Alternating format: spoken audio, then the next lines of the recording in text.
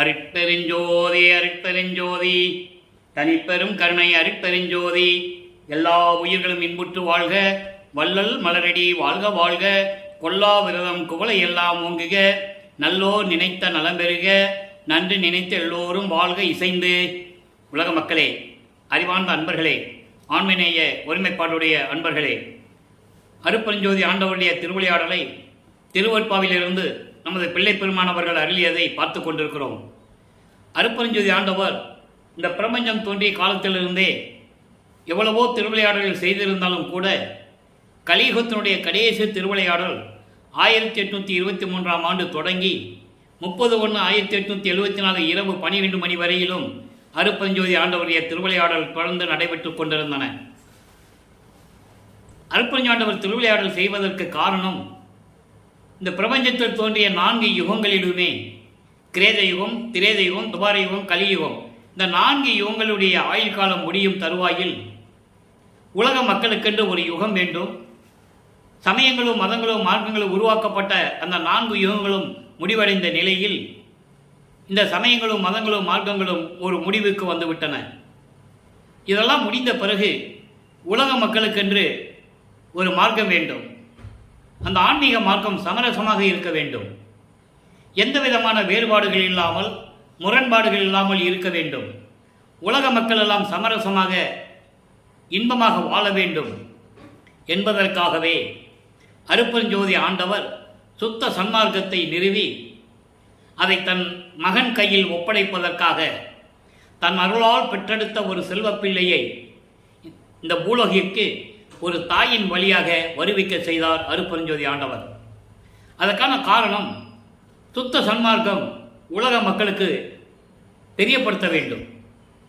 சுத்த சன்மார்க்கம் என்ற ஒரு மார்க்கம் இருப்பது உலக மக்களுக்கு தெரியப்படுத்த வேண்டும்.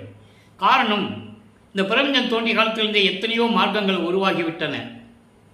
கிரேத யுகத்திலே கலங்க மார்க்கம், திரேத யுகத்திலே திராவக மார்க்கம், துவாரவ யுகத்திலே நவநீத மார்க்கம், இந்த கடந்து போன கலியுகத்திலே பஸ்ம மார்க்கம், அதன் பிறகு தசா மார்க்கம், சர்புத்திர மார்க்கம், சக மார்க்கம், சமய மார்க்கம், இப்படி பல மார்க்கங்கள் உருவாகிவிட்டன.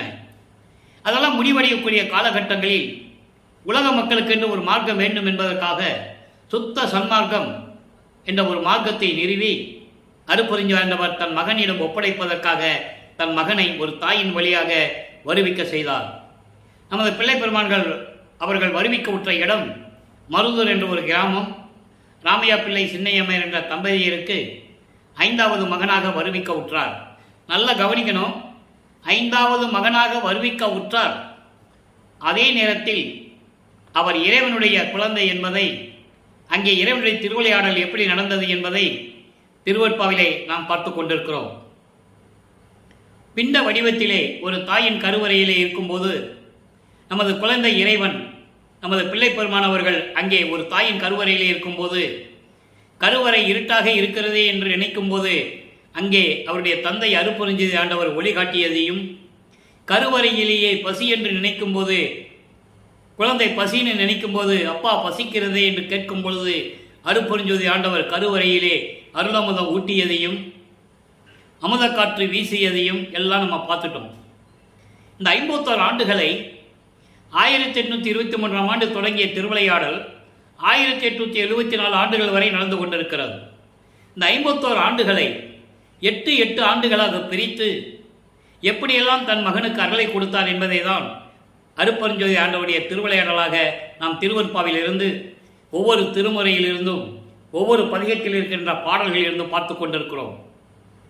நமது பிள்ளை பெருமானவர்கள் வருவிக்க உற்று 1ஆம் ஆண்டிலிருந்து 8 ஆண்டுகள் வரையிலும் அவர் யார் என்று தெரியாத நிலையில் இருந்து கொண்டிருக்கிறார். நல்லா கவனிச்சுக்கணும், முதல் 8ல் ஒன்றுமே தெரியாது அவருக்கு. அப்போ அவருக்கு தனிமையான ஒரு இடம் தேவைப்பட்டது. மனம் ஒரு நிலையில் இல்லை. எந்த பாடசாலையிலும் போய், எந்த பள்ளிக்கூடத்திலும் போய் கல்வி கற்க முடியவில்லை. மனம் ஒரு நிலையில் இல்லை. இதனால் ஏகப்பட்ட பிரச்சனைகளை, ஏளன பேச்சுகளை, அவமானங்களை அவர் தாங்கிக் கொண்டிருந்தார் குழந்தை பருவத்திலேயே. அதன் பிறகு 2வது 8 வரும்போது, அதாவது 9வது ஆண்டிலே ஆரோடு 3வது ஆண்டிலே ஆட்கொண்ட அருள்கடலே என்று கூறுவார். ஆக இறைவன் தன் மகனை ஆட்கொண்டது 9வது ஆண்டில், வருவிக்க உற்ற 9வது ஆண்டில் ஆட்கொள்ளுகிறார். மகன் முன் தோன்றி, மகனே ஞானத்தை பெற்றுக்கொள், ஞானத்தை தருகிறோம், உனக்கு முன்பருவம் பின்பருவம் காட்டி அருள் செய்வேன் என்று சொல்லி மறைந்து விடுகிறார். அப்போ இவருக்கு ஞானத்தை பெற்ற பிறகு இவருக்கு ஒரு மறைப்பு நிலை ஏற்படுகிறது. மறைப்பு நிலை என்பது இதற்கு முன்னால் நடந்த விஷயங்கள் அவருக்கு தெரியாது. அது பின்னால் சொல்லுவார், பாடல்களில் சொல்லுவார். நான் இந்த பூலோகத்துக்கு வருவதற்கு முன்னாலேயே அங்கே விண்ணுலகத்திலே எப்படியெல்லாம் நடந்தது, சுத்த சிவஞான வெளியிலே இருந்து கொண்டு தந்தையும் மகனும் எப்படி உரையாடினார்கள் என்பதையெல்லாம் பாடலிலே கூறுவார். அந்த விளக்கத்தில் நாம் பார்த்து விட்டோம். இப்போ இவருக்கு மறைப்பு நிலை ஏற்பட்ட பிறகு சிவபெருமான் தான் இடவன், கடவுள் என்று நினைத்துக் கொண்டிருக்கிறார். சிவபெருமானை வழிபட வேண்டும். அப்போ இவருக்கு திருவருள் முறையீடு என்ற பதிகம் உதயமாகிறது. 232 பாடல்கள். இன்னைக்கு 203வது பாடலை நம்ம பார்க்க போகிறோம். 203வது பாடலை பார்க்க போகிறோம். இப்போ இந்த பாடலை எப்படி இறைவனை முறையீடு செய்கிறார், விண்ணப்பம் வைக்கிறார், வேண்டுகிறார், கெஞ்சுகிறார் கூட சொல்லலாம். ஏன்னா வருவிக்க உற்ற விட்டு மகன் என்ற நிலையை கொடுத்து விட்டு சும்மா கம்மன் இருந்தால் எப்படி இருக்கும் நினைச்சு பாருங்க. அவர் மனம் எப்படி இருந்திருக்கும். குழந்தை பருவத்திலிருந்தே அவருக்கு நிம்மதி இல்லை. அதை நீங்கள் புரிஞ்சுக்கணும். ஏன்னா வல்லப்பமார்கள் வருவிக்க விட்டு 202 ஆண்டுகளாகியும் அவரை ஒரு சாதாரண மனிதன் போலவே சித்தரித்தார்கள். இறைவனுடைய மகன் என்றோ இறைவனுடைய திருவிளையாடல் நடந்து கொண்டிருந்தனால் இப்படி இருந்தார் என்றோ மக்களிடம் யாரும் சொல்லவில்லை. அதனால் மக்களுக்கு யாருக்கும் தெரியாமல் மறைத்து விட்டார்கள். இப்போ திருவருட்பாவிலிருந்து அந்த உண்மையை நம்ம பார்த்துட்டு இருக்கோம். நல்லா கவனிக்கணும் நீங்கள். இப்போ பாடலை பாருங்கள். இப்போ வல்லப்பமானவர்கள் சமயங்களிலும் மதங்களிலும் மார்க்கங்களிலும் சொல்லப்பட்ட நெறிமுறைகளை பின்பற்றி கொண்டு இருக்கிறார். இவர் சைவ சமயத்தில் இருந்ததனால் சைவ சமய தலைவனாகிய சிவபெருமானை கடவுள் என்று போற்றிக் கொண்டிருக்கிறார், வணங்கி கொண்டிருக்கிறார். நல்ல கவனிங்க. இயங்கா மனமும் கயங்கா நிலையும் இக பரத்தே மயங்காத அறிவும் தியங்கா நெறியும் மகிழ்ந்து அருள்வாய். முறையீடு செய்கிறார். வயங்கா நிலத்தில் முயங்கா உயர்ந்தவர் வாழ்த்துகின்ற புயங்கா துதித்ததற்கு உயங்காதவர் உள் புகுந்தவனே. இது பாடல். பாடல் உங்களுக்கு புரியாவிட்டால் கூட இறைவன் கொடுத்த விளக்கம் மிகவும் எளிமையாக இருக்கும். அந்த விளக்கம் பாருங்க. அதாவது மனம் என்பது ஒரு குரங்கு போல தாவி தாவி செல்லக்கூடியது. அலை பாய்கின்ற ஒரு மனம், அந்த அலை பாயாத மனமும் ஒரே நிலையில் இருக்கின்ற மனமும் தளராத நிலையும் இந்த மண்ணுலகமும் விண்ணுலகமும் இரண்டிலும் தெளிவான ஒரு அறிவையும் கொடுக்க வேண்டும். இக பரத்தை என்று சொல்லுகிறார்.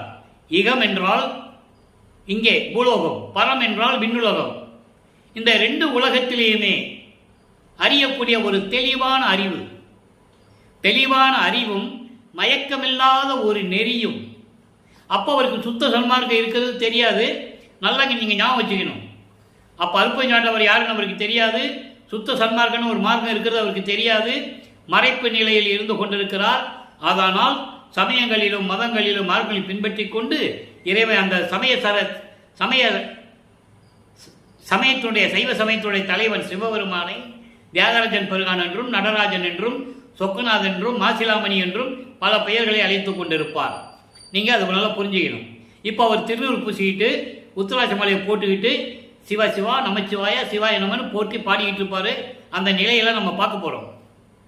அப்போது இந்த விண்ணுலகத்துக்கு மண்ணுலகத்துக்கு அறியும்படி எனக்கு தெளிவான அறிவும் அலைபாயாத மனமும் தளராத நிலையும் மயக்கமில்லாத நெறியும் மகிழ்ந்து எனக்கு அருள்வாயாக. உன்னாலே வருவிக்க உற்று இற்றைய பகல் வரை நான் பட்ட பாடு நினைக்கும் போது அவ்வளவு துன்பமாக இருக்கிறது. விரைவில் வந்து நீ எனக்கு அருள வேண்டும். பூலோகத்தில் மாயைகளையும் ஆசைகளையும் நீக்கிய உயர்ந்த நிலையில் தவம் இருக்கின்றவர்கள் வணங்குகின்ற 8 தோள்களை உடைய இறைவனே. அதான் புயங்கா என்று சொல்லுகிறார்.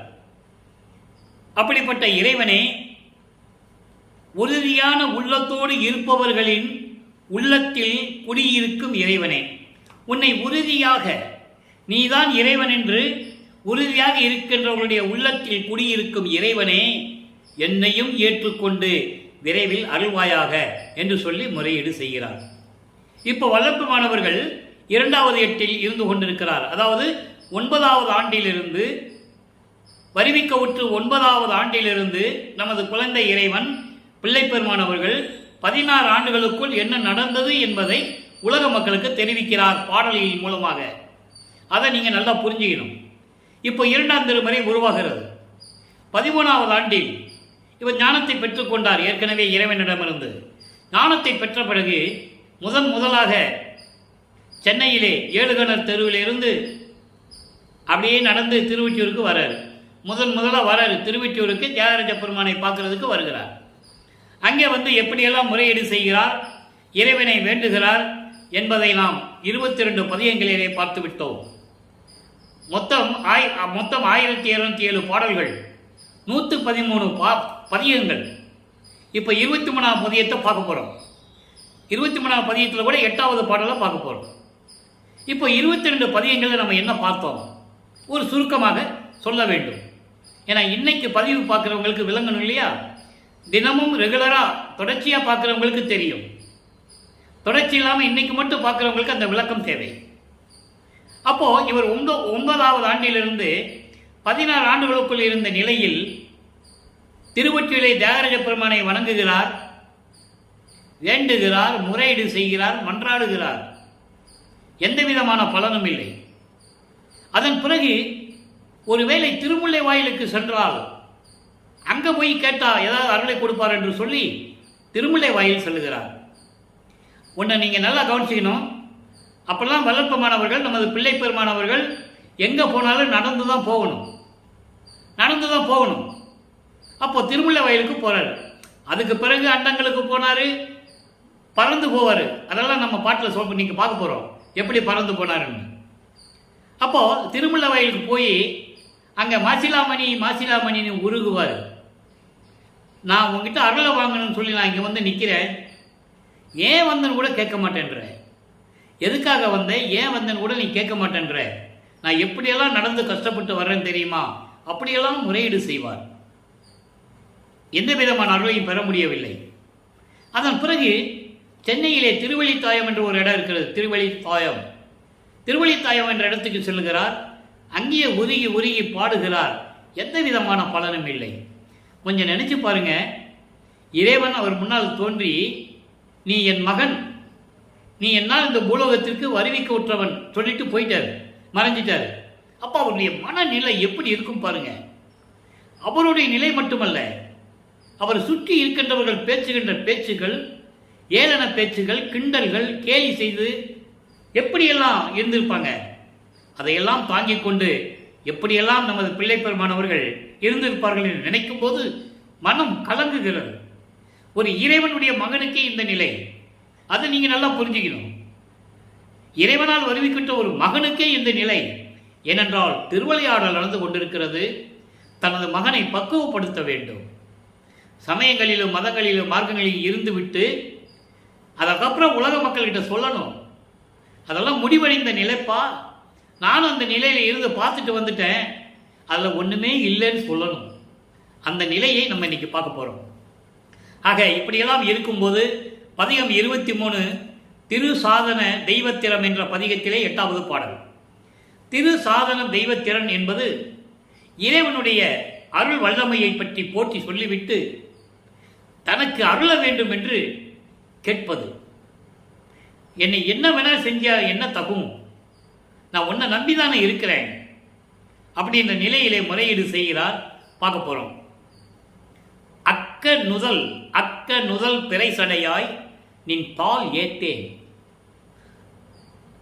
ஆண்பனை போல் மிக நீண்டேன், அறிவு ஒன்று இல்லேன், மிக்க ஒதி போல் பருத்தேன், கரும் கடா போல் வீண் கருமத்து உழல்கின்றேன், விழலேனை செக்கிட வைத்து உடல் குழம்பி சிதைய ஐயோ திருப்பிடினும்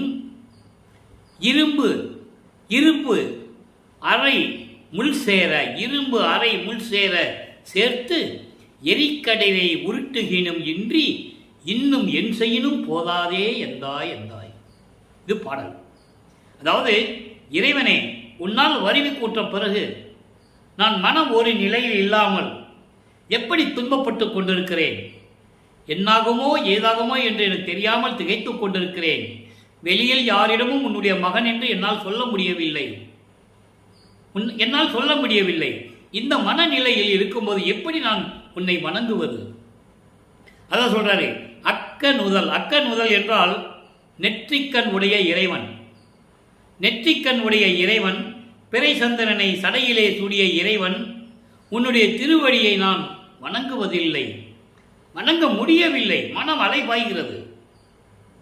அதோடு மட்டுமல்ல, ஆண்மனை போல் மிக நீண்டு வளர்ந்து கொண்டிருக்கிறேன். ஆண்மனைனா பனைமரம் எப்படி இருக்கும், சொந்தம் இருக்கும், அதுபோல நான் வளர்ந்து கொண்டிருக்கிறேன். அறிவு ஒன்றும் இல்லை, எந்த அறிவு இல்லாமல் தெரிந்து கொண்டிருக்கிறேன். மிக்க ஓதி போல் பருத்தேன். ஓதி என்பது ஒரு மரம், ஒரு வகையான மரம். ஓதி மரம் ரொம்ப உயராது, ஆனால் அகலமாக போய்கிட்டே இருக்கும், பருத்துக்கிட்டே இருக்கும். அதனால் சொல்கிறாரு, ஓதி மரம் போல பருத்து கொண்டிருக்கிறேன். ஏனென்றால் ஓதி மரம் எதுக்குமே பயன்படாது, பயனில்லாத ஓதி மரம் அது. அந்த மரம் போல் இருந்து கொண்டிருக்கிறேன். பெரிய ஆட்டு கடா போல ஊர் சுற்றி கொண்டிருக்கிறேன். வீணாக பொழுதை போக்கிக் கொண்டு கருமங்களை சுமந்து கொண்டு துன்பப்பட்டு கொண்டிருக்கிறேன். இப்படி வீணா போனவனை என்ன செய்யலாம், நீயே சொல்ல அப்படின்னு கேட்குற. இப்படியெல்லாம் இருக்கிற என்ன செய்யலாம், நீயே சொல்ல. நீ சொல்ல மாட்ட, நான் சொல்கிறேன். கேட்குற, நீ சொல்ல மாட்ட, நான் சொல்கிறேன். என்னை கொண்டு போய் என்ன ஆட்டுறாங்களே செக்கு, அந்த செக்கில் போட்டு என்னை ஆட்டிடு. செக்கில் போட்டு ஆட்டினாலும் சரி, இரும்பு ஆணிகளை மணலில் குத்தி வச்சு அந்த மணலில் என்னை உருட்டினாலும் சரி, உருட்டி விட்டாலும் சரி, நீ என்ன செய்யறியோ செஞ்சிக்கோ. இந்த வேதனைகளை என்னால் தாங்க முடியாது. என்னை வருவிக்க செய்து விட்டு நீ வாட்டுக்கு ஓடி ஓடி ஒளிஞ்சிக்கிட்டு இருக்க. அழகா இருக்கும். 3ஆம் திருமுறையில் அடுத்த பதியத்தில் பார்க்க போகிறோம். இவரை பார்த்து சிவபெருமான் திருவழியாக ஓடுவார். அந்த நிகழ்ச்சிகளை நம்ம பார்க்க போகிறோம். அப்போது இரும்பு ஆணிகளை அடிக்க வச்சு, மணலில் அடிக்க வச்சு என்னை ஆணி மேலே உருட்டி விடு. நீ என்ன வேணாலும் செஞ்சிக்கோ, எனக்கு அதை பற்றி கவலை இல்லை. எனக்கு விரைவில் வந்து நீ எனக்கு அருள வேண்டும் என்று சொல்லி முறையீடு செய்கிறார். அப்போ அவர் மனநிலை எப்படி இருக்கும் பாருங்க. மனம் அவ்வளவு கலங்கி போயிருக்கிறார், வருத்தப்பட்டுக்கிட்டு இருக்கார். இந்த நிலை யாருக்கு வரக்கூடாது இல்லையா? நினைச்சு பாருங்களேன். இறைவனுடைய மகனும் தெரிஞ்ச பிறகு இப்படியெல்லாம் கஷ்டப்பட்ட அவனுடைய மனம் எப்படி இருக்கும்? வெளியே சொல்லவும் முடியாது. அதான் பெரிய விஷயம். இந்த நிலையில் இருக்கும்போது வல்லப்பெருமான் அவர்கள் 2வது எட்டை முடிக்கிறார். அதாவது 16வது ஆண்டை கடந்து 17வது ஆண்டிலிருந்து 24 ஆண்டுகளுக்குள், அந்த 8 ஆண்டுகளுக்குள் என்ன நடந்தது? நிலைகள் மாறுகிறது, ஆண்டுகள் உருண்டோடுகிறது. இப்போ காட்சி கொடுப்பாரு, மறைஞ்சிடுவார். நல்லா கவனிக்கணும். முதல்ல எந்த விதமான பலனும் இல்லை. 16 ஆண்டுகள் வரைக்கும் எந்த விதமான புரோஜனம் இல்லை. இப்போ தியாகராஜ பெருமானிட்டு போய் அங்கே நிற்பார் கோயில் அப்படின்னா, அங்கிருந்து காட்சி கொடுப்பாரு. ஆக காட்சி கொடுக்கிறாரேன்னு நினைக்கும் போது மறைஞ்சிடுவார். இப்படி நிலைகள் எல்லாம் உருவாகும். அப்போ இதுவரை 17 பதியங்களை நம்ம பார்த்துருக்கோம். 3ஆம் திருமுறை மொத்தம் 19 பதியங்களை கொண்டது. 17 பதியங்களை முடிச்சிட்டோம். 18வது பதியத்தில் இன்னைக்கு 3வது பாடலை பார்க்க போகிறோம். அப்போ அந்த 17 பதியங்களுடைய சுருக்கம் என்னென்ன நடந்தது? இப்போ காட்சி கொடுப்பாரு. ஆகா, இறைவன் காட்சி கொடுத்துட்டாரே, வந்து அருள் கொடுப்பாருன்னு நினைக்கும் போது மறைஞ்சிடுவார். இப்படியே நிலைகள் தொடர்ந்து கொண்டிருக்கும் போது அவருடைய மனக்குமுறலை, மனவேதனையை ஒரு நாரையிடம் சொல்லுவார். நீ போய் தியாகராஜ பெருமாட்ட சொல்லுப்பா, நான் போனால் காட்சி கொடுக்குறாரு, மறைஞ்சிடுறாரு, என்னன்னு கூட பேச மாட்டேன்றாரு, நான் இந்த நிலையில் இருக்கிறேன்னு சொல்லி நீ போய் சொல்லுன்னு சொல்லி தூது அனுப்புவார். அங்கே எந்த பலனும் இல்லை. போன நாரை திரும்பி வராது. அதே மாதிரி ஒரு நாரையை தான் அனுப்பணும், வரலன்னு சொல்லி கிளி ஒரு கூட்டத்தை அனுப்புவார், கிளிகளை அனுப்புவார். இதே மாதிரி மனக்குமுறைகளை, மனவேதனையை சொல்லி அனுப்புவார். ஒரு பிரயோஜனம் கிடையாது. போன கிளிகள் திரும்பி வராது. வந்தால் தானே, வராது. இப்படி இருக்கின்ற சூழ்நிலையில் ஒரு புறத்தி பெண்ணிடம் போய் குறி கேட்க போவார். சோழி உருளாது. உருண்டாதானே சொல்றதுக்கு, உருளாது. அதன் பிறகு ஒரு ஜோசியர்கிட்ட போய் ஜாதகம் கேட்பார். அவருடைய மனநிலையை உலக மக்களுக்கு தெரிவிக்கிறார். அந்த நிலையில் நான் இருந்து கொண்டிருந்தேன் உலக மக்களே என்று சொல்லி. அங்கே ஜோசியம் ஓடினா தானே, அதெல்லாம் அங்கே ஓடாது. அதுக்கப்புறம் செவிலித்தாய் தன்னை தலைவியாகவும் இறைவனை தலைவனாகவும் நிறைய இடங்களில் வர்ணனை செய்து பாடல்களை நமக்கு அருளி இருப்பார்கள். அப்போ உலக மக்கள் அவர்கிட்ட, உலக மக்கள்னா அங்கே இருக்கிறவங்களாம் சொல்றாங்க, கேள்வி பண்றாங்க, இப்படியெல்லாம் தெரு தெருவா அழிஞ்சிட்டு இருக்கியே. ஏன்னா இவரை ஒரு சாதாரண ஆளாக நினைத்து கொண்டு, ஒரு சாதாரண குழந்தையாக பிறந்து ஒரு சாதாரண மனிதனாக வளர்ந்து கொண்டிருக்கிறார் என்று எல்லோரும் நினைச்சிட்டு இருக்காங்க. அப்போ இவரை கேள்வி பண்றாங்க, இப்படி பக்தியோடு இருக்கிறியே, இந்த கலியுகத்தில் யாராவது இப்படியெல்லாம் இருப்பாங்களா? அவனை நம்பி போய் இருக்கிறேன்னு கேட்கும்போது அந்த பாடலை நமக்கு அருளி இருப்பார்கள்.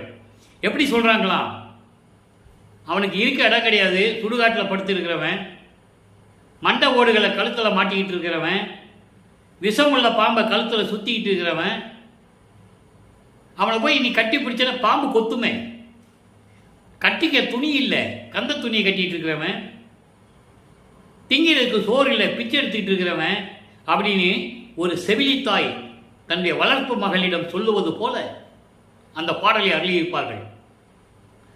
அவன் எப்படிப்பட்டவனாக இருந்தாலும் சரி, அவன் மீது உள்ள காதலை என்னால் மறக்க முடியாது என்று ஒரு பதிகத்திலே, இதுக்கு முன்னால் பதிகத்தில் பார்த்தோம். அவன் எப்படிப்பட்ட இறைவனாக இருந்தாலும் சரி, அவன் சுடுகாட்டில் படுத்திருந்தாலும் சரி, விஷமுள்ள பாம்பை கழுத்தில் போட்டிருந்தாலும் சரி, மண்டை ஓடுகளை கழுத்தில் மாட்டி இருந்தாலும் சரி, நான் அவர் மீது உள்ள காதலை நான் கனவிலும் மறக்க மாட்டேன் என்று சொல்லுவார். அந்த பதியத்திலே நம்ம பார்த்து விட்டோம். இப்போ ஆற்றா விரகம் என்ற பதிகத்திலே இதுவரை 2 பாடல்களை பார்த்திருக்கோம். நீங்க 3வது பாடல். ஆற்றா விரகம் என்பது அது விதமான ஒரு நோய். விரக நோய் என்று சொல்லுவார் வல்லபெருமான். விரக தாபம் என்று சொல்லுவார். தாபம் என்றது ஏக்கம். அதாவது தன்னுடைய காதல் நிறைவேறாவிட்டால் அதனுடைய ஏக்கமும் தாக்கமும் அந்த கஷ்டமும் துன்பமும் எப்படி இருக்கும்? அதான் ஆற்றா விராகம். ஆற்றா விராகம் என்பது அதுதான். அந்த தோல்வியை சந்திக்க முடியாதது, அந்த சகிப்புத்தன்மை இல்லாதது. அப்படிப்பட்ட ஒரு நிலையில் இந்த பாடலை பாருங்க, ரொம்ப அற்புதமா இருக்கும். பன்னார் மொழியார் உருக்காட்டும் பனை சூழ் ஒற்றி பதியனார், என் கண்ணார் மணி போன்று என் உயிரில் கலந்து வாழும் கல்வர். ஏன் கல்வர்னு சொல்றாரு புரிஞ்சுக்கணும். கல்வர்னா திருட என்ன அர்த்தம்? ஒளிஞ்சிட்டு இருக்கான்னு அர்த்தம். கல்வர்னா ஒளிஞ்சிட்டு இருக்கிறாரு. ஏன் நேராக வந்து எதுவுமே சொல்ல தெரியல, காலங்கள் இருக்கு, சொல்ல முடியல, அதனால அவர் ஓடி ஓடி ஒளிகிறாரு, இவர் தேடி தேடி போறாரு. அவர் நன்னார் இன்னும் திரு அணையாய் நான் சென்றிடினும் நலமருள என்னார் ஆயின் என் செய்வேன் என்னை மடவார் இகழ்வாரே. இங்க தன்னை ஒரு பெண்ணாக உருவகப்படுத்தியதனால், ஒரு பெண்ணாக வர்ணனை செய்து, இறைவனை தலைவனாக வர்ணனை செய்து பாடல்களை உருவாக்கியதனால் பெண்கள் என்று கூறுகிறார். நல்லா கவனிச்சுக்கணும். அதனுடைய விளக்கம் உங்களுக்கு சொல்றேன். அதாவது இனிமையாக பேசக்கூடியவர் தோழியிடம் சொல்லுவது போல, உள்ளத்திடம் சொல்லுவது போல உலக மக்களுக்கு தெரிவிக்கிறார். அதாவது இனிமையாக பேசுவார்.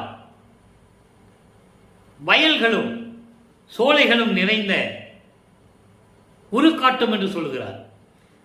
வயல்களும் சோலைகளும் நிறைந்த திருவொற்றியுள் இருக்கின்ற கடவுள் அவர். இனிமையாக பேசக்கூடியவர், என் கண்மணி போன்றவர், என் உயிரில் கலந்து வாழும் கல்வர். இன்னும் உயிரில் கலந்து வாழக்கூடிய ஒரு கல்வர். நான் அவரையே நினைத்துக் கொண்டிருக்கிறேன். இறைவன் மீது காதல் கொண்டுள்ளேன். அவர் இன்னும் என்னிடம் வந்து சேரவில்லை, இன்னும் வந்து எனக்கு அருளை கொடுக்கவில்லை என்று சொல்லுகிறார். அதோடு மட்டுமல்ல, திரு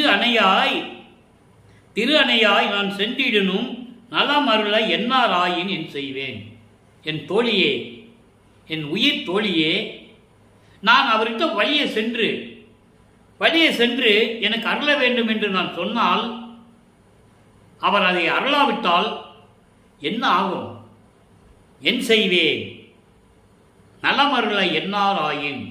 இவளுக்கு அருளை கொடுக்கக்கூடாது அப்படின்னு அவர் நினைச்சிட்டாருன்னா நான் என்ன செய்வேன்? பெண்கள் எல்லாம் என்னை இகழ்ந்து பேசுவார்களே என்று கூறுகிறார். இங்கே பெண்கள் என்பது மக்கள். பாடலுடைய மைய கருத்து, வல்லப்பமன் அவர்கள் வருவிக்கவுற்று 16 ஆண்டுகள் வரையிலும் எந்த விதமான நிலையிலும் இல்லாமல் இப்போ 24 ஆண்டுகள் வரையிலும் இறைவன் காட்சி கொடுப்பதும் மறைந்து விடுவதும் போக்கு காட்டுவதும் திருவிளையாடல் செய்வதும் இப்படியே செய்து கொண்டிருக்கிறார். அப்போ நான் 24 ஆண்டுகள் வரைக்கும் இறைவனிடமிருந்து எந்த விதமான அருளை பெற முடியாமல் தவித்துக் கொண்டிருக்கிறேன். அவர் எனக்கு அருளாவிட்டால், ஏற்கனவே ஏளன பேச்சுகள் பேசிக் கொண்டிருக்கிறார்கள், கேலி செய்கிறார்கள், கிண்டல் செய்கிறார்கள், இன்னும் இகழ்வார்களே, பழி சொல்லுவார்களே, நான் என்ன செய்வேன் என்று சொல்லி இந்த நிலையில் இருந்து கொண்டிருக்கிறார். உலக மக்களுக்கு தெரிவிக்கிறார். மக்கள்கிட்ட யாரும் சொல்லலை. திருவருட்பா பற்றியோ, திருவருட்பாக்கிற பாடலுடைய விளக்கத்தை பற்றியோ, வல்லப்பமனுடைய இறைநிலை பற்றியோ யாரும் சொல்லாதனாலதான் இவ்வளவு சிக்கல்கள். அப்பப்போ அவங்க சொல்லியிருந்தாங்கன்னா உலக மக்களுக்கு தெரிஞ்சிருக்கு இல்லையா? யாரும் சொல்லலை. இப்போ 24 ஆண்டுகள் வரைக்கும் 3ஆம் திருமுறையிலே, அதாவது 3வது எட்டில் இருக்கின்ற வரைக்கும் அவர் எந்த விதமான அருளை பெற முடியவில்லை. இப்போ வல்லப்பெருமான் அவர்கள் 4வது எட்டில் வந்து கொண்டிருக்கிறார். அடியெடுத்து வைத்தவுடனே 25வது ஆண்டிலிருந்து 32 ஆண்டுகளுக்குள் என்ன நடந்தது என்பதை, 8 ஆண்டுகளில் என்ன நடந்தது என்பதை நாம் 4ஆம் திருமுறையிலே பார்த்து விட்டோம். அன்பு மாலை, அற்பரகச மாலை, ஆனந்த மாலை, சௌந்தரிய மாலை, இப்படி நிறைய பாடல்களை பார்த்து விட்டோம். அதனுடைய ஒரு சுருக்கம், 27வது ஆண்டில், வருவிக்கவுற்று 27வது ஆண்டில் வல்லப்பெருமான் அவர்கள் தனக்கொடி அம்மையாருக்கு திருமாங்கல்யம் பூட்டி அந்த அம்மாவுக்கு மோட்ச வீட்டை கொடுத்து விட்டு காட்டிவிட்டு விமோசனத்தை கொடுத்து நல்ல வாழ்வை நீ பெறுவாயாக என்று ஆசீர்வாதம் செய்துவிட்டு உலகியலை துறக்கிறார். அந்த திருமணத்தின் போது பிரம்மன், திருமால், ருத்திரர்களெல்லாம் மணமக்களை வாழ்த்துவதற்காக அந்த திருமண மண்டபத்திலே அமர்ந்து இருக்கிறார்கள். அந்த நேரத்தில் தன்னுடைய தந்தையும் அருப்பெருஞ்சோதி ஆண்டவரும் தாய் சிவகாமி வள்ளியும் வரவில்லை இல்லை என்று அவர் மனம் எப்படி ஏங்கியது என்பதையும் ஒரு இடத்துல சொல்லுவார். ரொம்ப அற்புதமாக இருக்கும்.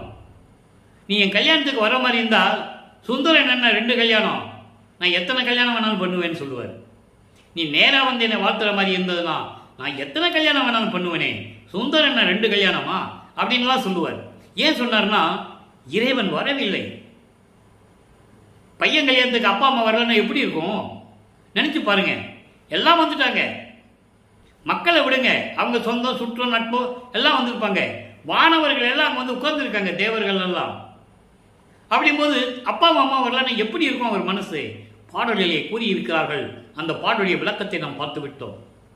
அதன் பிறகு மகன் வருத்தப்படுகிறான் என்று சொல்லி அன்று இரவிலே 2 குதிரை மாட்டின தேர்ல அப்படியே சொல்றாரே, இணைப்பரிமான் இழுக்கும் தேர் ஒன்று. அருப்பெருஞ்சாண்டவரும் சிவகாமி வள்ளி வந்து மணமக்களை வாழ்த்தியதை பாடலிலே கூறியிருக்கிறார்கள். எல்லா விளக்கமும் திருவருட்பாவிலே உண்டு, யாரும் மறுக்க முடியாது. எல்லா ஆதாரங்களும் திருவருட்பாவிலே உண்டு. அப்போ இந்த நிலைகள் எல்லாம் மாறும்போது சமயங்களையும் மதங்களையும் மார்க்கங்களையும் விட வேண்டும். இப்போ அவருக்கு சுத்த சன்மார்க்கம் இருக்கிறது தெரியும். அருப்பெருஞ்சோதி ஆண்டவர் தான் இறைவன் என்று தெரியும். இப்போ சுத்த சன்மார்க்கத்தை வாங்க போகணும். இப்போ 4வது எட்டு முடிஞ்சிடுச்சு. 32 ஆண்டுகள் முடிஞ்சு போச்சு. வருவிக்கவுற்று 32 ஆண்டுகள் முடிஞ்சு போச்சு. இனி 19 ஆண்டுகள் இருக்கு. இப்போ வல்லப்பெருமானவர்கள் 5வது எட்டில் இருக்கும்போது என்ன நடந்தது என்பதை நாம் பார்த்து விட்டோம். 33வது ஆண்டிலிருந்து 40 ஆண்டுகளுக்குள் என்ன நடந்ததுன்னு நம்ம பார்த்துட்டோம். அதான் 5வது எட்டு, 8 40. அப்போ அந்த நிலையில் இருக்கும்போது இவர் என்ன பண்ணுறாரு, சென்னையில் இருக்கும்போது கதவை பூட்டிட்டு இனிமேல் நான் எங்கேயும் போகிறதில்லை அப்படின்னு சொல்லிட்டு வெள்ளாடை அணிந்து ரூமுக்குள்ள உட்காந்துட்டார். பற்றுகளை துறந்து விட்டார். உலகியல் பற்றுகளை நீக்கிவிட்டார். உலக விடயங்களை நீக்கிவிட்டார். சரியக்கிரிய யோகம் என்ற 12 நிலைகளையும் கடந்து விட்டார். மதங்கள், சமயங்கள், மார்க்கங்களில் சொல்லப்பட்ட நிலைகளை எல்லாம் கடந்து விட்டார். இப்போ ஏமசித்தியை வாங்கணும், சாகா கல்வியை அங்கே போய் கற்கணும், அங்கே போய் படிக்கணும், அப்பா கிட்டேருந்து படிக்கணும், தத்துவங்களை ஜெயிக்கணும், எல்லாம் இனிமேல் கடவுள் நிலையை அறிந்து அம்மையமாகணும். இப்போது இந்த நிலையில் இருக்கும்போது கதவை சாத்தினார், பூட்டிட்டார், கதவை உளுத்தாப்பல் போட்டார். இறைவன் மகனுடைய கோபத்தை பார்க்கிறார். நியாயம்தானே, 32 ஆண்டுகளுக்கும் வரைக்கும் தன் மகனை இப்படியெல்லாம் பாடாப்படுத்தி விட்டாரே என்று சொல்லி இவர் மனம் அருந்தும் போது அவர் விண்ணுலகத்திலிருந்து பூலோகத்திற்கு வந்து தெருவழியா நடந்து வந்து கதவை திறந்து ஒரு காலை உள்ள ஒரு காலை வெளியே வச்சு கதவை திறந்து வா மகனே என்று சொல்லி எப்படியெல்லாம் அருளை கொடுத்தார் என்பதை நாம் பார்த்து விட்டோம். இப்போ வல்லற்பமான அவர்கள் தத்துவங்களை கடந்து, அந்தங்களை கடந்து, சரியக்கிரிய யோகம் என்ற 12 நிலைகளையும் கடந்து சுத்த சன்மார்க்கத்தை வாங்குவதற்காக சுத்த சிவஞான வெளிக்கு பறந்து சென்று கொண்டிருக்கிறார். நினைச்ச இடத்துல இருப்பார். நொடிப்பொழுதில் அன்னங்களை கடக்கக்கூடியவர். அங்க போறாரு. மகனை அருப்பறிஞாண்டவர் வரவேற்கிறார். வானவர்கள் அறிய, விண்ணுலகம் அறிய அங்கே தன் மகனுக்கு மணிமுடி சூட்டி சுத்த சன்மார்க்கத்தை கொடுத்து பூலோகத்திற்கு சென்று வா மகனே என்று சொல்லி ஆசீர்வாதம் செய்ய அனுப்புகிறார். ஏன்னா இன்னும் காலங்கள் இருக்கு. இப்போ வல்லற்பமானவர்கள் 6வது எட்டில் இருந்து கொண்டிருக்கிறார். 6×8 41வது ஆண்டிலிருந்து 48 ஆண்டுகளுக்குள் என்ன நடந்தது என்பதை தான் இப்போ நம்ம பார்த்துக்கிட்டு இருக்கோம். அப்போ அங்கே விண்ணுலகிலிருந்து பூலோகத்திற்கு நேராக வரும்போதே கருங்குழிக்கு தான் வராரு. உலகியலில் பல விளக்கங்கள் சொல்லுவார்கள், அதுக்குள்ளே நம்ம போக வேண்டாம். உலகியல் விளக்கங்கள் நிறைய உண்டு. அதுக்குள்ளே போனால் விவாதங்கள் நடக்கும். நம்ம அருப்பறிஞாண்டுடைய திருவிளையாடல் சொல்ல முடியாது. அப்போது நேர கருங்குழிக்கு வருகிறார். அங்கே உறைவிடமாக 9 ஆண்டுகள் இருக்கிறார். அங்கே தந்தையும் மகனும் எப்படி உரையாடினார்கள், அடுத்த கட்டம் என்ன செய்ய வேண்டும் என்ற நிலையை அங்கே பேசிக் கொள்ளுகிறார்கள். அந்த நிலை தொடர்ந்து நடந்து கொண்டிருக்கும் போது கருங்குழியை விட்டு வல்லப்பமானவர்கள் அங்கிருந்து வர வேண்டும். தர்மசாலையை உருவாக்க வேண்டும். கருங்குழியிலிருந்து அந்த வீட்டு உரிமையாளர்களிடம் வெங்கட ரெட்டியார், முத்தலையம்மன் அவங்க தம்பதியரிடம் விடைபெற்று கொண்டு இங்கே பார்வதி ஒரு மக்கள் தானமாக கொடுத்த அந்த இடத்திலே தர்மசாலையை அன்றே நிறுவி அன்றே அணையா அடுப்பை ஏற்படுத்தி ஜீவர்களுக்கு பசியாற்றிக் கொண்டிருக்கிறார். அன்றே ஒரே நாளிலே 1867 ஆண்டு 23/5/1867 ஆண்டு அங்கே தர்மசாலையை நிறுவி பசியாற்றிக் கொண்டிருக்கிறார். அங்கே என்ன நடந்தது? தர்மசாலையிலே உறைவிடமாக இருந்தபோது, அங்கே தங்கியிருந்த போது என்ன நடந்தது என்பதை நாம் பாடல்களுமாக பார்த்து கொண்டிருக்கிறோம். உத்தரஞான சிதம்பரமாலை உருவாகியது, அதனுடைய விளக்கங்களை எல்லாம் நம்ம பார்த்துட்டோம். அதன் பிறகு 1869 ஆண்டு நீதிமன்றத்திற்கே சென்று திருவற்பா மறு அற்பா இல்லை என்ற தீர்ப்பை பெற்றுக்கொண்டு மறுபடியும் தர்மசாலைக்கு வருகிறார். அதெல்லாம் பேசணும்னா நம்ம மணிக்கணக்கில் பேசலாம். எந்திரிச்சு நின்னாங்க, கேசு தள்ளுபடி ஆச்சுலாம் சொல்லுவாங்க. அதெல்லாம் உண்மை என்பதை நம்ம ஏற்கனவே விளக்கம் கொடுத்து விட்டோம். கூப்பிடுறாங்க, ராமலிங்க பிள்ளை ராமலிங்க பிள்ளை ராமலிங்க பிள்ளைன்னு 3 தடவை கோர்ட்டில் கூப்பிடுவாங்க. வாதி ஏற்கனவே வந்துட்டாரு. யார்? ஆறுமுக நாவலார், நமது பிள்ளை பெருமானவர்கள் இறைவன் வந்து பிரதிவாதி. வாதியை முதல்ல கூப்பிட்டாங்க. அவர் போய் ஒரு சேரில் போய் உட்காந்துக்கிட்டாரு. அதுக்கப்புறம் பிரதிவாதியை கூப்பிடணும். அப்போ எல்லாம் பார்க்குறாங்க, அங்கே இருக்கிறவங்கெல்லாம் பார்க்குறாங்க, ராமலிங்கம் வரல, கேஸு நம்ம பக்கம் தான் ஜெயிக்கணும்லாம் நினச்சிட்டு இருக்காங்க. கோர்ட்டில் தவாலி கூப்பிடுறாரு, ராமலிங்க பிள்ளை ராமலிங்க பிள்ளை ராமலிங்க பிள்ளைன்னு 3 தடவை கூப்பிடுறாரு. டக்குன்னு வந்து நிற்கிறார். அப்போ கூட அவர் இறைவன் யாருக்கும் தெரியாது. நல்லா புரிஞ்சுக்கணும். நீங்கள் வந்தாலும் எல்லாம் ஆச்சரியப்படுறாங்க, எங்கேருந்து வந்தார், எங்கே ஒழிஞ்சிட்டு இருந்தாருன்னு தெரியலையே அப்படின்னு நினைக்கிறாங்க.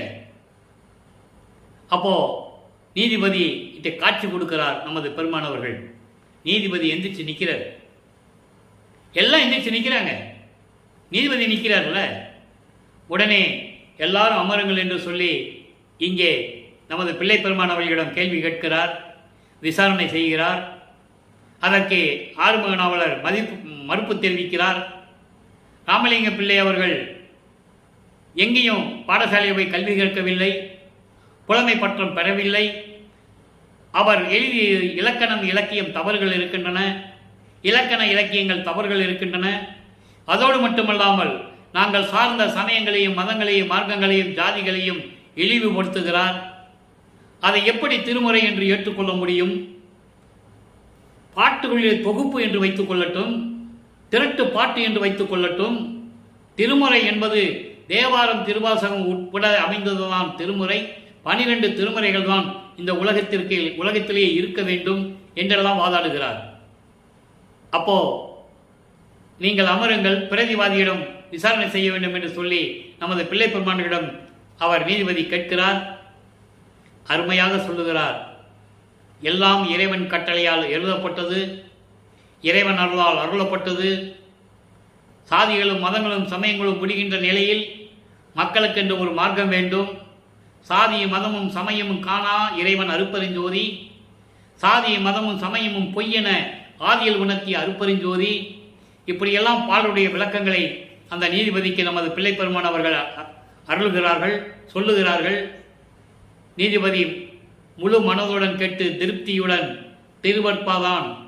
திருவற்பாதான் சிறந்தது, அதனால் திருவற்பா திருமுறைகள் என்றே அழைக்கலாம் என்று சொல்லி தீர்ப்பு வழங்குகிறார். எந்திரிச்சு நின்னா தீர்ப்பெல்லாம் வர முடியாது. வாதி வக்காலத்து வாங்கி எஃப்ஐஆர் போட்டு வக்காலத்து வாங்கி கோர்ட்டில் கேஸை போட்டாச்சுன்னா விசாரணை இல்லாமல் தீர்ப்பு சொல்ல முடியாதுல்ல. 2 பக்கமும் வாதியும் பிரதிவாதிக்கும் விசாரணை பண்ணணும். அப்போ எல்லாம் பிரதிவாதி உள்ள வரும்போது எல்லாம் எந்திரிச்சு நின்னாங்கன்னா நீதிபதி எல்லாம் எந்திரிச்சு நின்றாங்கப்பா, இந்த கேஸ் தள்ளுபடி பண்ண முடியுமா? லாஜிக்காக யோசனை பண்ணணும். அது மக்கள் நம்ப வேண்டும் என்பதற்காக செவிவெளி வந்த செய்திகள் அதெல்லாம் விட்டுருங்க. அதுக்குள்ள போனால் ரொம்ப விளக்கங்கள் இருக்கு. தீர்ப்பு எப்படிப்பட்ட தீர்ப்புனே விளக்கங்கள் இருக்கு. அதை நம்ம பின்னால் பார்க்க போறோம். அப்ப இந்த நிலையில் இருக்கும்போது மீண்டும் இங்கே தர்மசாலைக்கு பிள்ளை பெருமான் வந்த பிறகு அவர் மனநிலை எப்படி இருந்தது தெரியுமா? யாருக்கு தெரியும்? பாடல்ல சொல்றார், இப்படிப்பட்டவர்கள் இருக்கிறார்களே, கூட இருந்துகிட்டே வஞ்சனம் செய்து கொண்டிருக்கிறார்களே, சதி செய்கிறார்களே என்று கூறுகிறார். கூட இருந்தவர்கள், நட்பு வட்டாரங்கள், கூட சாமின்னு சொல்லிட்டு பின்னால தெரிஞ்சவங்கெல்லாம் சதி செய்கிறார்கள் என்று சொல்லுகிறார். அந்த பாடல் எல்லாம் பார்த்துட்டோம். இன்னைக்கு என்ன பாடல் அப்படிங்கிறத நம்ம பார்க்க போறோம். நல்லா கவனிங்க. தன்னை தலைவியாகவும் இறைவனை தலைவனாகவும் வர்ணனை செய்து அந்த பாடலிலே அவருடைய மன குமுறலை எப்படியெல்லாம் சொல்லுகிறார் என்பதை நீங்கள் நன்றாக புரிந்து கொள்ள வேண்டும். சும்மா சாதாரண விஷயம் இல்லை. திருவருட்பா ஒரு சாதாரண பாடல்கள் அல்ல, இறைவனால் எழுதப்பட்டது, இறைவனால் அருளப்பட்டது. அவ்வளவு விளக்கங்கள் அதில் இருக்கின்றன. மற்ற நூல்களெல்லாம் போற்றி போற்றி சைவ சமயத்தினுடைய தலைவன் சிவபெருமானை போற்றி போற்றி பாடியிருப்பார்கள். இறைவனுடைய அருளை பெற்று பாடினார்கள், ஞானத்தை பெற்றார்கள். யாரும் மறுக்க முடியாது. தேவாரம் திருவாசகம் எல்லாம் இப்படி உருவாச்சு, அப்படிதான். ஆனால் இந்த நிலைகள் எல்லாம் திருவருட்பாவில் இருக்கின்ற பிரபஞ்சத்தின் உண்மைகள், பிரபஞ்சத்தில் இருக்கின்ற எப்படியெல்லாம் இதுக்கு முன்னால் பதத்தலைவர்கள் பிரம்மன் திருமாலம் எப்படியெல்லாம் ஆட்சி செய்தார்கள், அவர்களுடைய நிலைகள் என்ன, பிரபஞ்சத்தின் உண்மைகள் என்ன என்பதையெல்லாம் திருவருட்பாவிலே நாம் பார்க்கலாம். இப்ப என்ன சொல்றான்னு பாருங்க. உடையவர் என் உள்ளத்திலிருந்தே உணர்வித்த வரத்தை உலகவர்கள் அறியார்கள், ஆதலினால் பலவே இடை புகழ்கின்றார். யார்கிட்ட சொல்றாரு? மனதிடம், தோழியிடம். மனதை தோழியாக வர்ணனை செய்து தோழியிடம் சொல்லுவது போல உலக மக்களுக்கு சொல்லுகிறார். விளக்கத்தை பார்க்க போறோம். இடை புகழ்கின்றார். அது கேட்டு ஐயமுறையில் இங்கே, அதை கேட்டு ஐயமுறையில் இங்கே, இரவு விடிந்து காலை எய்தியதில் இனியே. இரவு விடிந்து காலை எய்தியதால் இனியே. அடைவுரைனம் தனித்தலைவர் தடையற அருள்வார். அணிபெற மாளிகையை விரைந்து அலங்கரித்து மகிழ்க. தோழியிடம் சொல்லுகிறார், உள்ளத்திடம் சொல்லுகிறார், மாளிகையை அலங்கரிக்க வேண்டும். அவர் எந்த மாளிகை வச்சிருந்தாரு? நம்ம விளக்கத்தை பார்க்க போறோம். ரொம்ப அற்புதமா இருக்கும். கடை செய்ய பொது நடம் செய் இறைவர் திருவார்த்தை, சத்தியம் சத்தியம் மாதே பெண்ணே சத்தியம் சத்தியமே. உலகியலில் விளக்கம் வேறு, இறைவனுடைய சுத்த சன்மார்க்கம் விளக்கம் வேறு. நான் ஏற்கனவே அந்த விளக்கத்தை கொடுத்துருக்கிறேன். இப்போ இந்த பாடல் என்ன சொல்றாருன்னா, என்னை உடையவர், என்னை ஆட்கொண்டவர், எல்லா உலகங்களையும் உடையவர், அவர் என் உள்ளத்திலிருந்து எனக்கு தெரிவித்ததை, அந்த அருளை உலக மக்கள் அறிய மாட்டார்கள். அவங்களுக்கு அறியதற்கு வாய்ப்பில்லை, அறியார்கள். ஆதலினால் அவர்கள் இடையிடையே புகுந்து பல பேரும் பலவிதமாக பேசுகிறார்கள். இவர் அதை காதால் கேட்கிறார். கூட இருந்தவர்கள், தூரத்திலிருந்து பேசுகின்றவர்கள், இவர் காதுபட பேசுகின்றவர்கள். ஏதை சொன்னாரே, இறைவன் அருளை கொடுத்துட்டார் எனக்கு, என் உள்ளத்திலிருந்து அறிவித்தபடி எல்லா அருளையும் கொடுத்துட்டார். என் உள்ளத்திலிருந்து சொன்னாரு, வெளியே யாருக்கும் தெரியாது, உலக மக்களுக்கு தெரியாது. ஆகையால் பலரும் பலவிதமாக குறுக்கீடு செய்து பேசுகின்றார்கள். பேசுகிறவங்கள் பேசட்டும், அதை பற்றி கவலை இல்லை. நீ சந்தேகம் அடையாதே, நீ சந்தேகப்படாதே. மனதிடம் சொல்லுகிறார், நீ சந்தேகப்படாதே மனமே, பேசுகிறவங்க பேசட்டும், அதை பற்றி நமக்கு கவலை இல்லை. இந்த பூலோகத்தில் எத்தனை பேர்கள் பேசினாலும், பல பேர் பலவிதம் பேசினாலும், இங்கே என்பது பூலோகத்தில் பேசினாலும் அதை பற்றி நீ கவலைப்படாதே. இரவு விடிந்தது, இரவு விடிந்தது, காலை எய்தியதால் இனியே. இரவு விடிந்தது என்பது இரவு சூரியன் வந்துச்சு, இரவு போயிடுச்சு, பகல் வந்துருச்சு, அப்படி அல்ல. இரவு விடிந்தது, அறியாமை நீங்கியது, சமயங்களும் மதங்களும் மார்க்கங்களும் ஒளிந்து விட்டன. எதுக்கு? அருப்பெருஞ்சோதி வந்து விட்டதனால். அருப்பெருஞ்சோதி வந்து விட்டதனால் இதெல்லாம் ஒளிந்து விட்டது. மக்களுடைய அறியாமையை நீங்கிவிடும். சமயங்களும் மதங்களும் மார்க்கங்களும் ஒளிந்து விட்டன. அப்படி இனிமேல் எல்லாமே பேரின்பமே. அடைவுற நம் தனித்தலைவர் தடையற வந்து அருள்வார். அதாவது இந்த பூலோகத்திற்கு இறைவன் வருகின்ற நேரம் வந்து விட்டது. எல்லா தடைகளையும் நீக்கி, எந்த தடைகள் இருந்தாலும் சரி, சுத்த சன்மார்க்க நெறியோடு அவர் வந்து அருள்வார். கண்டிப்பா வரார், வந்து அருள்வார். நீ என்ன பண்ற? நீ விரைந்து உடனே என்ன பண்ற? மனதை சுத்தப்படுத்து, மனதை அலங்கரிப்பாயாக என்று சொல்லுகிறார். உலக மக்களுக்கு சொல்லுகிறார், உலக மக்களே, எல்லாம் படைத்த இறைவன் என் உள்ளத்திலிருந்து அறிவித்ததை உங்களுக்கு தெரியாது. அதனால நீங்க பல பேர் பல விதமாக பேசிட்டு இருக்கீங்க. இது நல்லது இல்லை. நீங்க சந்தேகப்பட வேண்டாம். இறைவன் வருகின்ற நேரம் வந்துவிட்டது. அதனால் நீங்க என்ன பண்ணுங்க? சமயங்களையும் மதங்களையும் மார்க்கங்களையும் மேற்கொண்ட நெறிகளை விட்டுவிட்டு மனதை சுத்தப்படுத்துங்கள். மனதை சுத்தப்படுத்துங்கள் சொன்னா சுத்த சன்மார்க்கத்துக்கு வாருங்கள். நீங்க சுத்த சன்மார்க்கத்தை பெற்றுக்கொண்டாலே உங்கள் மனம் சுத்தப்படும். மனித நேயம் கிடைக்கும். உயிர் இரக்கம் வந்துடும். கொலையும் புலையும் தவிர்த்து விடுவீர்கள். உயிர்களை கொலை செய்வதை விட்டு விடுவீர்கள். சுத்த சன்மார்க்கத்துடைய முக்கிய நெறியே அதுதான். எனவே உலக மக்களே, எல்லாரும் ஒன்று சேர்ந்து சுத்த மருத்துவ வாருங்கள் என்று கூறுகிறார். அவருடைய மனநிலையை, மன குமுறலை உலக மக்களிடம் கூறுகிறார். இப்போ உலக மக்களுக்கு உய்வகை கூறல். உய்வகை என்பது உலக மக்கள் எப்படி இருந்தால் அவருடைய வாழ்வு மேம்படையும், அவர் எப்படி வாழ்வில் செழிப்பாக இருப்பார்கள், இன்பமாக இருப்பார்கள் என்பதை ஒரு பதிகத்திலே அருளியிருக்கிறார்கள். 104வது பதிகம், உலகிற்கு உய்வகை கூறல், 8வது பாடல். எப்படி சொல்றாருன்னு பாருங்க. துன்மார்க்க நடையிடை தூங்குகின்றீரே. எவ்வளவு அழகா சொல்றாரு பாருங்க. யாரும் சொன்னதில்லை பிரபஞ்சத்தில் இதுவரைக்கும்.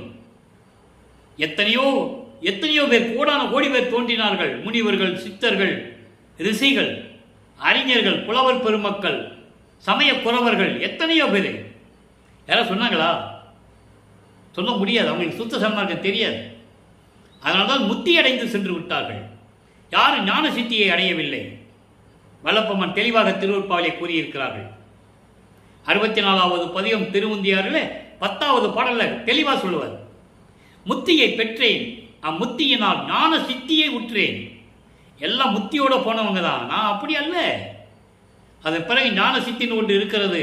அதை பெற்றேன். எப்படி பெற்றேன்? சுத்த சன்மார்க்கத்தினால். அந்த ஈரெல்லாம் விட்டு விட்டேன், அதனால எனக்கு லாபம் கிடைச்சதுன்னு சொல்லுவார். அதனால நான் கடவுள் ஆயிட்டேன்னு சொல்லுவார். சித்தன் ஆனேன் என்று உந்திப்பெற அகவலே சொல்லுவார். முத்தி என்பது நிலை முந்தூறு சாதனம். 300 சாதனம் படிக்கக்கூடாது. அது முந்தூறு சாதனம். இதுக்கு முன்னால் ஒரு சாதனை இருக்கு. முத்தி அடித்ததுக்கு அப்புறம் ஒரு சாதனை இருக்கு. அதுக்கு அடுத்து சொல்லுவார், சித்தி என்பது நிலை சேர்ந்த அனுபவம். அதான் அகவல், அருப்பெருஞ்சோதி அகவல். ஆக அதான் சொல்றாரு, துன்மார்க்க நடையிடை தூங்குகின்றீரே. துன்மார்க்க நெறி துன்பங்களையும் துயரங்களையும் தரக்கூடிய, முரண்பாடுகளையும் வேறுபாடுகளையும் தரக்கூடிய சமயங்கள், மதங்கள், மார்க்கங்களில் நின்று கொண்டு துன்பப்பட்டு கொண்டிருக்கிறீர்களே. தூக்கத்தை விடுகின்ற துணை ஒன்றும் கருதி, அப்படி துன்பங்களையும் துயரங்களையும் நீக்கக்கூடிய விழிப்பு நிலையில் இருக்கக்கூடிய ஒரு மார்க்கம் என்று ஒன்று இருக்கிறதே, அதுதான் நமக்கு துணை என்று நீங்கள் நினைக்காமல் இருக்கிறீர்களே. அதுக்கடுத்து பாருங்க, சன்மார்க்க சங்கத்தை சார்ந்திட விலகி சுத்த சன்மார்க்கத்தை வருவதற்கு நீங்கள் விருப்பமில்லாமல் இருந்து கொண்டிருக்கிறீர்கள். ஏன் சொன்னாரே? காரணம் இருக்கு. அவங்க மாமிசத்தை சாப்பிடுவதை விடுவதற்கு தயாராக இல்லை. உயிர்களை கொலை செய்வது விடுவதை தயாராக இல்லை. அதான் சொல்லுவாரே வெள்ளப்பமானவர்கள், கொல்லா விரதம் தன்னை கொல்லாரை காணில் ஒரு புல் என எண்ணி புறம் பொழிக என்று சொல்லுவார். எந்த உயிர்களையும் நான் கொல்ல மாட்டேன் என்று சபதம் எடுக்காதவனை நீங்கள் பார்த்தால் அவனை ஒரு புல்லாக நினைத்து, ஒரு தூசியாக நினைத்து அவனை விட்டு விலகி விடுங்கள் என்று சொல்லுவார். 6ஆம் திருமலை சொல்லுவார், கொல்லாமை விரதம் தன்னை கொண்டார் தம்மை தல்லானை கொலையும் புலையும் தல்லாரை தழுவானை. கண்டேன் கழித்தேன் என்ற பதியத்திலே சொல்லுவார் 6ஆம் திருமுறையிலே. அந்த விளக்கத்தில் நம்ம பார்த்துட்டோம். எந்த உயிரை நான் கொல்ல மாட்டேன், மாமிசம் சாப்பிட மாட்டேன்னு உறுதி எடுக்கின்றவனை இறைவன் தள்ளிவிட மாட்டான், அணைத்துக் கொள்ளுவான். அதே நேரத்தில் கொலையும் புலையும் தள்ளாதவர்களை இறைவன் தழுவானை. இறைவன் போய் அவங்ககிட்ட அருள் கொடுக்க மாட்டான். தெளிவாக சொல்றார். அதை தான் இங்கே சொல்றாரு, சுத்த சன்மார்க்கத்தை வர்றதுக்கு ஏன் தயங்குறீங்க, ஏன் விரும்பாம இருக்கிறீங்க, வாங்கன்னு கூப்பிடுறார். உலக மக்களுக்கு கொடுக்கிறார். ஏன்னா உலக மக்கள் இன்புற்று வாழ வேண்டும் என்பதற்காகவே வருவிக்க விட்டவர். அதை நீங்க புரிஞ்சுக்கணும். இவர்களாம் இன்பமாக வாழ வேண்டும், சுத்த சன்மார்க்கத்தை எல்லாம் சேர்க்கணும், அதுக்காகவே வருவிக்க விட்டவர். ஆன்ற சன்மார்க்கம் அணிவர என்னைத்தான் ஈன்று அமுதளித்த இனிய நற்றாயே என்று சொல்லுவார். அகவல்ல சொல்லுவார். ஆக ஏன் இப்படி இருக்கிறீங்க? சாவையும் பிறப்பையும் தவிர்ந்திட விரும்பி பிறந்து பிறந்து செத்து செத்து பிறந்து பிறந்து ஏன் இவ்வளவு கஷ்டப்படுறீங்க? பிறக்கிறது செத்துற வேண்டியது, திரும்பி பிறக்க வேண்டியது, செத்துற வேண்டியது. ஏன் அந்த நிலையில் இருக்கிறீங்க? சன்மார்க்கத்துக்கு வந்தாலும் உங்களுக்கு மரணமில்லா பெருவாழ்வு இருக்கே, வாருங்களேன் என்று சொல்லுகிறார். அதுக்கடுத்து சொல்றார் பாருங்க, பன்மார்க்கம் செல்கின்றபடி இற்று உள்ளம் அடக்கி. பன்மார்க்கங்கள், பன்மார்க்கங்களுடைய விருப்பப்படியே நீங்கள் சென்று கொண்டிருக்கிறீர்கள். இதுவரையிலும் மனதை அடக்குங்கள் என்று சொல்லுகிறார். மனதை அடக்காமல் பன்மார்க்கங்கள் சொல்லப்பட்ட நெறிகளிலே இருந்து கொண்டு இப்படி இருக்கிறீர்களே என்று சொல்லுகிறார். இதை எப்படி இவர் கடந்தார் என்பதை அங்கே சொல்லுவார். சின்னம்பிடி பதிகத்திலே சொல்லுவார். பன்மார்க்கம் கடந்தேன் என்று சின்னம்பிடி, 12 மேல் நின்று சின்னம்பிடி. 12 மார்க்கங்கள் பன்மார்க்கம், சரியை கிரியை யோகம் 12, முன்னாங்க 12. அதை நான் கடந்துட்டேன். 12 மேல் 13வது திரையோதச நிலை ஞான சரியை. அதை சுத்த சன்மார்க்கம் சொல்றாரு. அதை இங்க சொல்றாரு பாருங்க, பன்மார்க்கம் செல்கின்றபடி இற்று உள்ளம் அடக்கி. உங்கள் உள்ளத்தை இன்று வரை பன்மார்க்கங்களில் சொல்லப்பட்ட நெறிகளை வைத்துக் கொண்டுதான் இருக்கிறீர்களே தவிர உள்ளத்தை அடக்க தெரியவில்லை. உங்களுக்கு மனம் அடங்காமல் தெரிந்து கொண்டிருக்கிறீர்கள். உலக மக்களே, பசித்தார் தன் முகம் பார்த்து உணவு அழியீர். இங்கே ஜீவகணேச சொல்றார். தர்மசாலையிலே இருந்து கொண்டு இந்த உலக மக்களுக்கு சொல்லிக் கொண்டிருக்கிறார். அதனால தான் ஜீவகாரணியம் அங்கே உருவானது. ஜீவகாரணியுடைய விளக்கம் நம்ம இதெல்லாம் முடிச்ச உடனே அடுத்த பதிவில் அதான் போட போறோம்.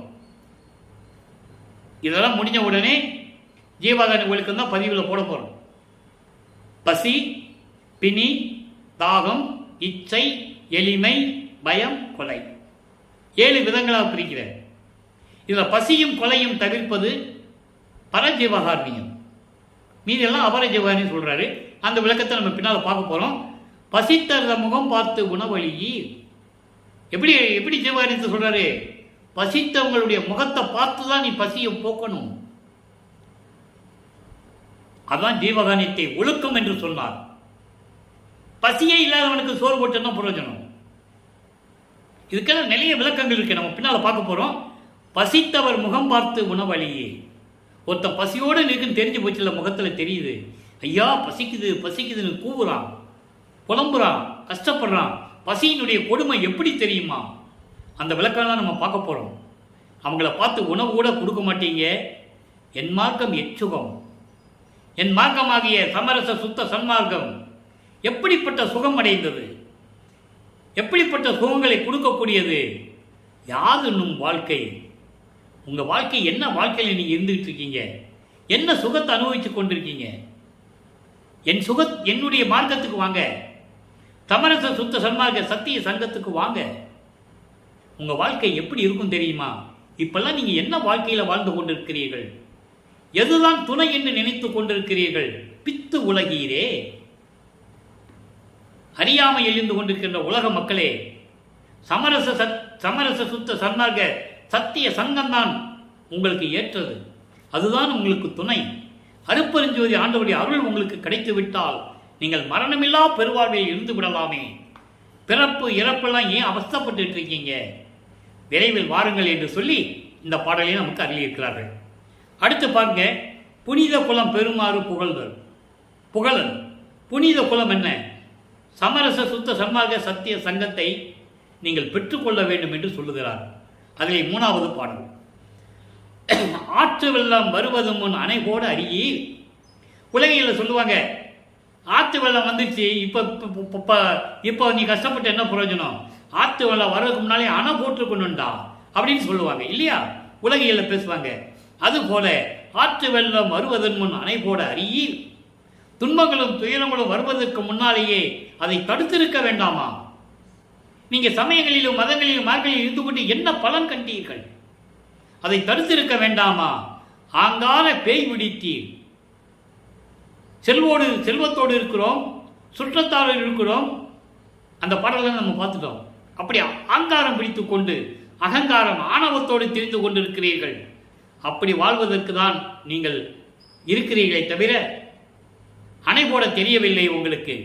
கூற்று வரும் கால் அதனுக்கு எது புரிவீர்? ஐயோ, மரணம் வந்துவிட்டால் என்ன செய்வீர்? கூற்று உதைத்த சேவடியை போற்ற விரும்ப மாட்டீர்களா? மரணத்தை காலால் எட்டி உதைத்த அப்படிப்பட்ட திருவடியை நீங்கள் வணங்க மாட்டீர்களா? வேற்று உரைத்து வினை பெருக்கி மெலிகின்ற உலகீரே. இல்லாதையும் பொல்லாதையும் வீணாக பேசிக்கொண்டு, வீணாக காலத்தை பெருக்கிக் கொண்டு கழித்து கொண்டு வினைகளை பெருக்கிக் கொண்டு இருந்திருக்கிறீர்களே, மூட்டை கட்டி சுமந்து கொண்டிருக்கின்றீர்களே உலக மக்களே. வீண் உலக கொடு வழக்கை விட்டு விட்டு வம்பின், இந்த வீணான உலக வாழ்க்கையை விட்டு விட்டு வாருங்கள் என்று சொல்லுகிறார். வம்பின் என்று சொல்லுகிறார். சமரச சுத்த சன்மார்க்க சத்திய சங்கத்தில் வந்து சேருங்கள். அதையெல்லாம் விட்டு விட்டு வாருங்கள் உலக மக்களே. சாற்று உவக்க எனது தனித்தந்தை வருகின்ற தருணம் இது. நீங்கள்லாம் போற்று மகிழும்படி எனது தனி தந்தை சுத்த சன்மார்க்கத்தின் தலைவன் என் தந்தை அருப்பெருஞ்சோதி ஆண்டவர் வருகின்ற தருணம் வந்துவிட்டது. சத்தியம் சிற்சக்தியை சாருவதற்கே உங்களை எல்லாம் சுத்த சன்மார்க்கத்தில் சேர்த்து நீங்களெல்லாம் மகிழோடு வாழ வேண்டும் என்பதற்காகவே அவர் வந்து கொண்டிருக்கிறார். நேரம் வந்துவிட்டது உலக மக்களே, சுத்த சன்மார்க்கத்தில் சேர்ந்து கொள்ளுங்கள், வாருங்கள் வாருங்கள் என்று சொல்லி அழைக்கிறார். அடுத்து சுத்த சிவநிலை 106வது பதிகம். சுத்த சிவநிலையிலே 18வது பாட்டு. நல்லா கவனிங்க. நான் உரைக்கும் வார்த்தையெல்லாம் நாயகன் தன் வார்த்தை. ஏன்னா இவர் சொல்றதை யாருமே நம்பவில்லை. அதனால தெளிவா சொல்றாரு உலக மக்களுக்கு. உலக மக்களே, நான் சொல்றதெல்லாம் நான் சொல்ற வார்த்தை கிடையாது, என் நாயகன் சொல்ற வார்த்தை என்று என் தந்தை அருப்பெருஞ்சோதி ஆண்டவர் சொல்லுவது மட்டுமல்லாமல் நான் உரைக்கும் வார்த்தை என்று நான் சொல்லுவது கிடையாது. எல்லாமே அவன்தான் சொல்லுகிறான். நாட்டீர் உலக மக்களே, நான் ஏன் உரைப்பேன்? நான் ஏன் போய் சொல்ல போறேன் உங்ககிட்ட? நீங்க யாரு? என்னுடைய உறவீர்கள், நம்மரங்கால் என்று சொல்லுவார். நீ என்னுடைய நம்மவர்கள். நான் உங்களிடம் ஏன் போய் சொல்ல போகிறேன்? நான் யார் பொய் சொல்லுவதற்கு? இறைவன் சொல்லுகிறான், உங்களிடம் சொல்லுகிறேன். எனக்கு என ஞான உணர்வு ஏது? எனக்கென்று எந்த ஞானம் இருக்கிறது? மெஞ்ஞானம் இருக்கிறது. இறைவன் சொன்னால் நான் சொல்லிவிட்டேன். சிவம் ஊன் நாடி நில்லா வழி. சிவம் ஊன் நாடி நில்லா வழி. அருப்பெருஞ்சோதி ஆண்டவர் என் உடம்பில் விரும்பி இருக்கிறார். அதனால்தான் நான் உங்களுக்கு சொல்லுகிறேன். என் உள்ளத்திலிருந்து என் உடம்பில் கலந்து கொண்டு என்ன சொல்லுகிறாரோ அதைத்தான் நான் சொல்லுகிறேன். என் வார்த்தை அல்ல, நான் உரைக்கும் வார்த்தை எல்லாம் நாயகன் வார்த்தை என்று கூறுகிறார். என உலக மக்கள் புரிய வேண்டும். அறியாமையில் இருந்து கொண்டிருக்கிறார்கள், அவர்களை திருத்தி கொண்டு வர வேண்டும். அதனால் இந்த நிலையை கூறுகிறார். அதுக்கடுத்து தனித்திரளங்கள் என்ற ஒரு பாடல். அதில் பாருங்க, வாய்க்குறும்பு உரைத்து திரிந்து வீண் கழித்து மலத்திலே கிடந்து உழைத்திட்ட நாய்க்கு, தன்னை நாய் என்று இழிவுபடுத்தி சொல்லுகிறார், தன்னை தாழ்த்தி கொள்ளுகிறார். இறைவனுடைய மகனாக இருந்தாலும் தந்தையிடம் சொல்லும்போது தன்னை தாழ்த்தி கொள்ளுகிறார். எப்படி? வீண் வாதங்கள் செய்து, விவாதங்கள் செய்து, ஊர் சுற்றி கொண்டு, நாட்களை வீணாக கழித்து கொண்டு, ஆணவம் கண்மம் மாயை என்ற 5 மலங்களிலே கிடந்து வீழ்ந்து உழன்று திரிந்து கொண்டிருந்த நாய் போன்ற எனக்கு, நாய் எப்படி தெரு தெருவா சுத்திக்கிட்டு இருக்கும், அந்த மாதிரி நான் சுத்திக்கிட்டு இருக்கேன்னு சொல்றாரு. சுத்திக்கிட்டு இருந்த எனக்கென்று உயிர் தவிசிட்டு, தவிசுனா ஒரு இருக்கை, உயர்ந்த நிலையில் இருக்கின்ற இருக்கை, கடவுள் நிலை, அதான் உயர்ந்த தவிசு என்று சொல்லுகிறார். தவிசு என்பது ஒரு இருக்கை. அப்படி கடவுள் நிலையை எனக்கு கொடுத்து ஒரு மணிமுடியும் நன்று உர சுட்டினை. இவர் அண்டங்களுக்கு கடந்து போனார்னு சொன்னல, அங்க என்ன நடந்தது இந்த பாட்டில் சொல்றார். அங்க போன பிறகு எனக்கு மணிமுடி சூட்டி எல்லா அருளையும் கொடுத்து எனக்கென்று ஒரு இருக்கையை கொடுத்து விட்டாயே, கடவுள் என்ற நிலையை எனக்கு கொடுத்து விட்டாயே. தூய் குணத்தவர்கள் புகழ்மணி மன்றில் ஜோதியே, நின் பெருந்தயவை தாய்க்கு வரும் தயவு என்று எண்ணுகோ, தாயின் தயவும் உன் தனி பெரும் தயவே. தூய் குணத்தவர்கள், சுத்த சன்மார்க்கத்தை சேர்ந்தவர்கள், அவன் தான் தூய் குணத்தோடு இருக்க முடியும். புலையும் கொலையும் தவிர்த்தவனாக இருக்க முடியும். மனம் ஒரு நிலையில் அவங்களுக்கு இருக்கும். அருப்பெருஞ்சோதி தவிர வேறு எந்த மனம் அவனுக்கு இருக்காது. அப்படிப்பட்டவர்கள் போற்றி புகழும்படி அங்கே சத்தியஞான சபையிலே அருளண்டனம் செய்து கொண்டிருக்கின்ற இறைவனே, உன் தாய் உள்ளம் எப்படிப்பட்டது? அது தாய்க்கு கூட அந்த தயவு வராதே, அப்படிப்பட்ட தயவில் என்னை வைத்துக் கொண்டிருக்கிறாயே என்று கூறுகிறார். இறுதியாக ஒரே ஒரு பாடலுடைய விளக்கம். 112வது பதிகம் மெய்யருள் வியப்பு, 96வது பாடல். நான் அடிக்கடி இந்த பாடலை சொல்லுவது உண்டு, இன்று சொல்ல வேண்டிய கட்டாயம். அன்றே என்னை அடியனாக்கி ஆண்ட ஜோதியை. நல்லா கவனிக்கணும். அன்றே, பிரபஞ்சம் தோன்றிய காலத்திலிருந்தே நீ என்னை அடியனாக்கி உருவாக்கினாய், அடியனாக்கி என்னை ஆண்ட ஜோதியே. இன்று அதன் பின் பிள்ளையாக்கி, அதன் பின் என்னை செல்வ பிள்ளையாக்கி இந்த பூலோகத்திற்கு அனுப்ப வேண்டும் என்ற ஒரு காரணத்திற்காக என்னையும் பிள்ளையாக்கி அருள் இங்கு அளித்த ஜோதியே. எங்கன்னா பூலோகத்தில், பூலோகத்தில் அளித்த ஜோதியே, நன்றே மீட்டும் நேயனாக்கி நயந்த ஜோதியே. நல்லதுகளே செய்யக்கூடிய உயிரினங்களுக்கு நன்மை செய்யக்கூடிய அளவிற்கு என்னை உயிரினங்களுக்கு நண்பனாக்கி மகிழ்ந்த ஜோதியே, நானும் நீயும் ஒன்று என உரைத்து நல்கும் ஜோதியே. அதான் கிளைமேக்ஸ் சொல்லிட்டாரா? நானும் நீயும் ஒன்று என நல்கும் ஜோதியே, நீயும் நானும் ஒன்றுதான் மகனே என்று சொல்லி எனக்கு அருளை கொடுத்து கொண்டிருக்கின்ற இறைவனை என்று சொல்லி இந்த பாடலை நமக்கு அருளி இருக்கிறார்கள். ஆக அன்பர்களே, இன்று நாம் பார்த்த இறைவனுடைய திருவிளையாடலுடைய பதிவிலே எல்லா விளக்கங்களையும் கூறிவிட்டோம்.